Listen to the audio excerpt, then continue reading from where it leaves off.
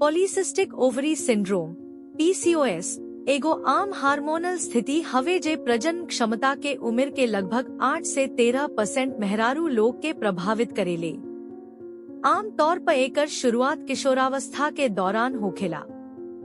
Polycystic ओवरी syndrome के कारण hormonal असंतुलन, अनियमित पीरियड्स आ अंडाशय में सिस्ट हो सकेला, जेकरा चलते अउरी बांझपन हो सकेला। दुख के बात ई बा कि दुनिया भर में लगभग 70% प्रभावित मेहरारू लोग के निदान ना भइल बा।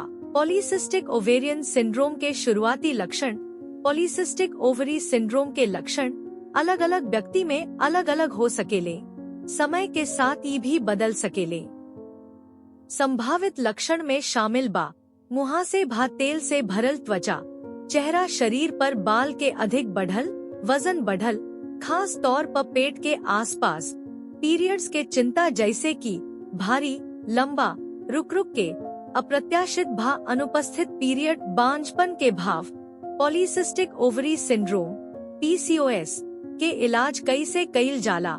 PCOS के ठीक कईल बहुत मुश्किल बा, हालांकि इस समय में इस सब चीज आपके मदद कर सकता। एक अपना डॉक्टर से बात करी। अगर आपके अनियमित पीरियड्स, गर्भवती होखे में परेशानी होखे, भा बाल के ज्यादा बढ़े, अवुरी मुहासा होखे के सामना करे के पड़ता। 2 जीवन शैली में बदलाव, स्वस्थ आहार खाई, अवुरी इतना व्यायाम करी कि वजन अवुरी टाइप 2 डायबिटीज के खतरा कम करे में मदद मिली।